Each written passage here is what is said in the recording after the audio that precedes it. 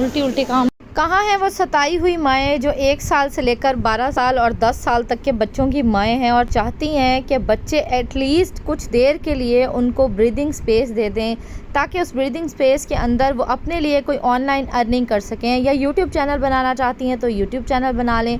लेकिन बच्चों को हैंडल करने के लिए कोई ऐसा जादुई फार्मूला चाहती हैं जो कि एटलीस्ट उनके बच्चों को थोड़ी देर के लिए एंगेज रखे और 2 या 3 घंटे उनको डेली रूटीन के अंदर मिल जाएं और वो अपने लिए या अपनी फैमिली के लिए कुछ कर सकें, या एटलीस्ट इंडिपेंडेंट हो सकें। जल्दी जल्दी सबकी माएँ इकट्ठी हो जाएं, सारे उन बच्चों की माएँ इकट्ठी हो जाएं जिनके बच्चे छोटे हैं, और कुछ बच्चे तो हाइपर एक्टिव भी होते हैं। तो माओं को उन बच्चों का हैंडल करने के लिए या उनको एंगेज करने के लिए कोई ऐसी जगह चाहिए होती है या कोई ऐसी चीज़ चाहिए होती है जो वो चाहती हैं कि बच्चे उसमें एटलीस्ट 2-3 घंटे तो बिजी रहें। आज के व्लॉग के बाद आप सारी माओं ने अगर मेरे इन फार्मूलों पे अमल कर लिया तो मेरे लिए तो यकीन करें कि दुआओं का ढेर लग जाना है। और एक मेरी सब्सक्राइबर थी, उन्होंने मुझसे ये सवाल किया था कि आप किस तरह से अपने 3 बच्चों के साथ यूट्यूब चैनल मैनेज करती हैं और किस तरह से अपने घर की रूटीन को किस तरह से मैनेज करती हैं।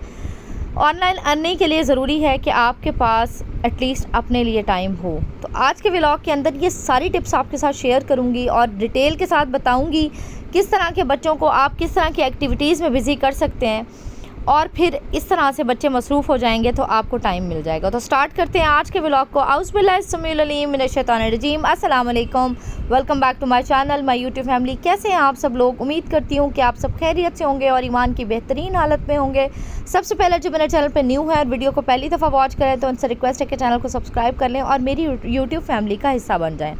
मैं आई थी जी, गर्मियों की छुट्टियाँ हुए हुए तकरीबन 1-1.5 महीना हो गया, और मैं आई थी जी बच्चों को लेके बाहर, और कुछ मैंने चीज़ें लेनी थी बच्चों की एक्टिविटीज़ के हवाले से और बच्चों को थोड़ा एंगेज करने के हवाले से। तो मैंने काफ़ी टाइम से व्लॉग प्लान किया हुआ था, लेकिन क्वेश्चंस इतने आना शुरू हो गए थे। मेरी एक सब्सक्राइबर थी, उन्होंने भी मुझसे सवाल पूछा, और मेरे आसपास की जितनी मदर्स हैं वो भी मुझसे मुसलसल इसी तरह के क्वेश्चंस पूछ रही हैं कि बच्चों को एंगेज कैसे किया जाए। जिनके 1 साल से 6 साल तक के बच्चे हैं, उनके लिए, उन माओं के लिए सबसे ज़्यादा डिफ़िकल्ट टाइम होता है, क्योंकि बच्चे जो है वो मुसलसल मदर की जो है ना प्रेजेंस चाह रहे होते हैं। अपनी हर एक्टिविटी के अंदर उनको माँ से हर सवाल का जवाब चाहिए होता है। तो पहले तो मैं आपके साथ शेयर करूँगी 1 साल से लेकर 6 साल तक के बच्चों के लिए एंगेज करने के लिए आपने क्या करना है। एक तो ये कि तरबियत स्टार्ट होती है आपके 1 साल के बच्चे की उम्र से। एक तरबियत वो होती है जो माँ के पेट में बच्चे को मिलती है, और एक तरबियत वो होती है जो उसके पैदा होने के बाद उसको मिलती है।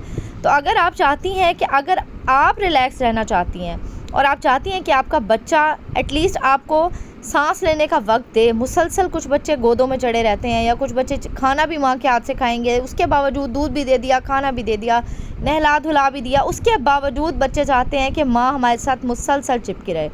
तो उन माओं के लिए सबसे पहले तो अपने बच्चों को, 1 साल के बच्चे को एक्टिविटीज़ में बिज़ी करें। अगर आप घर में उनको एक्टिविटीज़ नहीं दे सकती तो आप बाहर की दुनिया के अंदर और स्टोर्स के अंदर इतना कोई मटेरियल है, जितने बच्चे जूं टेक्नोलॉजी तक तरक्की कर रही है, बच्चों को एंगेज करने के लिए बहुत सारे मटेरियल्स मिलते हैं। कलर्स मिलते हैं, कलरिंग बुक मिलती हैं, पेंट कलर मिलते हैं, पोस्टर कलर्स मिलते हैं। आप अपने 1 साल के बच्चे के हाथ में जब उसको इस तरह की एक्टिविटीज़ में एंगेज करती हैं बजाय कि मोबाइल फ़ोन देने के, मैं बहुत ज़्यादा अगेंस्ट हूँ। आपको कभी भी अपने बच्चों को अपने आप से दूर करने के लिए या थोड़ी देर के लिए उनको बिज़ी करने के लिए फ़ोन बिल्कुल भी अलाउ नहीं होना चाहिए।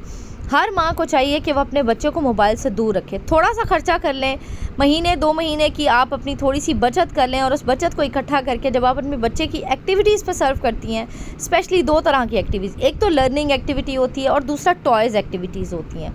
अगर आप चाहते हैं कि आपके बच्चे के अंदर ब्रेन डेवलपमेंट अच्छी हो तो स्टार्ट में आप बच्चे को टॉय एक्टिविटी दें। थोड़ी सी देर बच्चे खेलते हैं, आपने देखा होगा, और फिर बोर हो जाते हैं। तो उसके लिए ज़रूरी है कि आप बच्चे के साथ, उसके टॉयज़ के साथ एंगेज रहें। जब आप दिन के 1 घंटा, आधा घंटा या पौना घंटा अपने बच्चे के साथ, टॉयज़ के साथ उसको खेलना सिखाएं, उसका इंटरेस्ट डेवलप करें। जब आप बच्चे का इंटरेस्ट डेवलप नहीं करती ना, तो फिर आपको इस तरह के बहुत सारे इश्यूज़ फेस करना पड़ते हैं। जब आप बच्चे को चीज़ें इस तरह की प्रोवाइड करते हैं कि बच्चा लर्निंग की तरफ आता है, सारा दिन टीवी देख देख के और मोबाइल देख देख के भी बच्चे बोर हो जाते हैं। और मेंटली इस बात के लिए प्रिपेयर रहें कि अगर आप बच्चे को इस तरह की एक्टिविटीज़ दे रही हैं तो आपके घर में मैस होगा। आप ये नहीं कर सकती कि बच्चा बिल्कुल नीट एंड क्लीन इन्वायरमेंट में बैठ के अपने टॉयज़ के साथ भी खेले और आप उसको कलर्स भी दें, बच्चे मैस क्रिएट करेंगे। मेंटली आप अपने आप को इस बात के लिए प्रिपेयर करें। उसके लिए बेहतर ये है कि आप कोई वाटरप्रूफ शीट नीचे बिछा दें, बच्चों को बेड पे ना बिठाएं, ज़मीन पे बिठाएं, उनके साथ थोड़ी देर के लिए एंगेज रहें। अच्छा, जो 1 से 3 साल तक के बच्चे हैं या 4 से 5 साल तक के बच्चे हैं जो स्कूल गोइंग नहीं है अभी, उनकी होम स्कूलिंग पे तवज्जो दें। उनको घर में इतना थोड़ा बहुत चलते फिरते भी अगर आप ओरली अब बच्चों को सिखाना शुरू करते हैं ना, तो ख़ुद ब खुद बच्चों का इंटरेस्ट डेवलप होता है। अच्छा, जो बच्चे 5 से 6 साल की एज के हैं जो स्कूल गोइंग हैं, उनके लिए आप लर्निंग की और एक्टिविटीज़ की बुक परचेज़ कर सकते हैं। अब ये बुक्स मैंने परचेज़ की थी के मार्ट से और कुछ बुक स्टॉल से मैंने परचेज़ की थी। इसमें देखें ये स्टिकर्स हैं, ये बच्चे पेस्ट करते हैं। स्टिकर को आप उतारेंगे, दूसरी जगह आप इसको पेस्ट करेंगे, एटलीस्ट बच्चा इसमें 1 घंटा तो आराम से बिज़ी रह सकता है। तो थोड़ा सा अपने माइंड को भी हवा लगवाएं, वो माएँ जो सिर्फ परेशान है सिर्फ इसलिए कि बच्चे बिज़ी नहीं रहते। ये देखें 3-4 स्टेप्स की ये बुक्स हैं। इसको बच्चे टाई भी खुद ही करते हैं, फिर इसके अंदर पेस्ट भी खुद ही करते हैं, फिर इसको स्टिक भी खुद ही करते हैं। तो जो मेरी बेटी 3 साल की है माशाल्लाह से, और 3 साल तक के बच्चे इन चीज़ों में अगर आप इंटरेस्ट डेवलप करते हैं तो आपके बच्चे आराम से इन एक्टिविटीज़ का पार्ट बन सकते हैं। अच्छा, दूसरा जो आप 5 से 6 साल के बच्चे हैं उनके लिए आप जनरल नॉलेज की बुक लें, उनमें रीडिंग हैबिट डेवलप करें। देखिए, माँ की गोद को पहली दरसगाह सिर्फ इसलिए नहीं कहा गया कि वो सिर्फ माँ है तो हर चीज़ सिखाती है, नहीं। माँ की गोद को पहली दरसगाह इसलिए भी कहा गया है कि बच्चा सबसे पहले जो इंट्रोड्यूस होता है ना, वो माँ और बाप से इंट्रोड्यूस होता है। उसका जो लर्निंग का फर्स्ट स्टेप होता है वो माँ और बाप को देख के स्टार्ट होता है। बच्चे इन बुक्स को फाड़ेंगे भी सही, बच्चे इन बुक्स को इरेज भी करेंगे। आप ये वाइट बोर्ड और बोर्ड मार्कर लेके दे सकती हैं, आप बच्चों को प्लेइंग डो लेके दे सकती हैं। कोशिश करें कि ऐसे कलर्स लेके दें जो वॉशेबल हों, मतलब जो ईजीली अगर किसी बेडशीट पे गिर जाते हैं, कहीं और गिर जाते हैं, लग जाते हैं, तो वॉशेबल हो। अच्छा, दूसरी चीज़ मैंने देखी, स्लाइम आई हुई थी आजकल ना, तो बहुत ज़्यादा उसका भी ट्रेंड है कि स्लाइम आई हुई थी और बच्चे उसके साथ खेलते रहते हैं हाथों के अंदर। ठीक है, आपके बच्चे की ब्रेन डेवलपमेंट होती है, बच्चों के हैंड्स के मसल्स स्ट्रॉन्ग होती हैं, लेकिन मुझे पता नहीं क्यों अजीब सी को ना हार्मफुल सी लगी वो, तो मैंने वो अवॉइड की। मैंने वो अपने बच्चों को कभी नहीं दी। हाँ, प्लेइंग डो मैं दे देती हूँ साथ, छोटे छोटे बच्चों को, और भी टैटूज़ वगैरह बने हुए होते हैं तो बच्चे उनको भी करते रहते हैं। अच्छा, ये एक इनविजिबल बुक थी, ये मैंने देखें थोड़ी देर मैंने अपनी बेटी को बैठ के ये सिखाई और उसके बाद उसने खुद ही सब कुछ किया। और इसमें ना एक कार्टून कैरेक्टर जो है वो आपके स्क्रैच करने के बाद प्रोमिनेंट होने लग जाता है। तो इस तरह की छोटी छोटी एक्टिविटीज़, अगर आप टॉय बेस्ड लर्निंग सिखाना चाहती हैं अपने बच्चों को, तो फिर आपको थोड़ा सा बजट आउट करके थोड़ा सा ख़र्चा करना पड़ेगा। टॉयज़ के साथ अगर आप लर्निंग सिखाना चाहती हैं तो आपको ABC के बहुत सारे ब्लॉक्स मिलते हैं, बहुत सारी और भी चीज़ें मिलती हैं, वो भी कर सकती हैं। अच्छा, यहाँ पे जी मैं मार्केट गई हुई थी तो वापस आके कुछ ऐसा बनाना था जो झटपट सा बन जाए। कबाब मैं ऑलरेडी फ्राई करके गई हुई थी, मैंने कबाब्स निकाल लिए, साथ मैंने बॉईल कर लिया था चिकन, साथ मैंने वेजिटेबल्स डाली, ऑलिव्स डाले, इसमें है जी कैप्सिकम, साथ में प्याज हैं, टमाटर हैं, ऑलिव्स हैं। ये जो टोर्टिला रैप्स मैंने ऑलरेडी हल्के से ना सेक के रखे हुए होते हैं, उससे ये होता है कि आपको बनाने में जल्दी हो जाती है अगर आप झटपट बना लें। तो जब मैं वापस आई तो गैस जा चुकी थी। सारी सॉसेस मैंने इसी के अंदर ऐड कर दी हैं और साथ में इसके चिकन भी डाल दिया जो बॉयल था, साथ में वेजिटेबल्स भी डाल दी हैं। अच्छा, आपने इसके अंदर क्या क्या चीज़ें ऐड करनी है सॉसेस के अंदर, तो वो आपकी अपनी चॉइस पर डिपेंड करता है। मैं थोड़ी बहुत बारबेक्यू सॉस डालूंगी, साथ मैंने थोड़ी सी थाउजेंड आइसलैंड डाल ली थी और फ्रेंच ड्रेसिंग भी मेरे पास पड़ी हुई थी। तो बच्चों को ज़रा मैंने लेस स्पाइसी बना के दिया था और बाकी सब के लिए मैंने नॉर्मली डाल दिया था।